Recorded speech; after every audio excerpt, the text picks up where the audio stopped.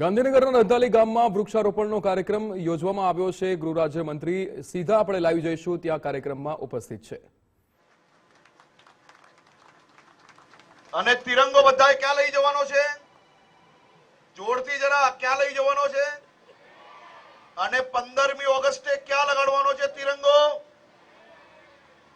હર ઘર તિરંગામાં આપણા તિરંગો શાંતિ લહેરાવો જોઈએ 15મી ઓગસ્ટે।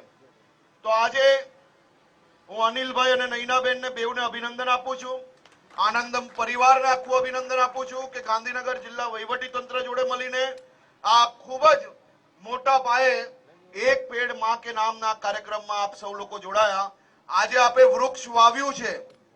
જે લોકો અહીંયા આજુબાજુમાં નજીક રહેતા હો, ઘરેથી સ્કૂલ આવતા જતા કે રવિવારના દિવસે જે માતાના નામે તમે વૃક્ષ વાવ્યું છે, એ વૃક્ષને જીવડાવવા માટે, એ વૃક્ષને વંદન કરવા માટે, એ વૃક્ષને પાણી પીવડાવવા માટે અઠવાડિયામાં મહિનામાં એકવાર જરૂરથી આવવાનો સંકલ્પ भी आप સૌ લોકો લો, એવી આપ સૌને શુભકામનાઓ।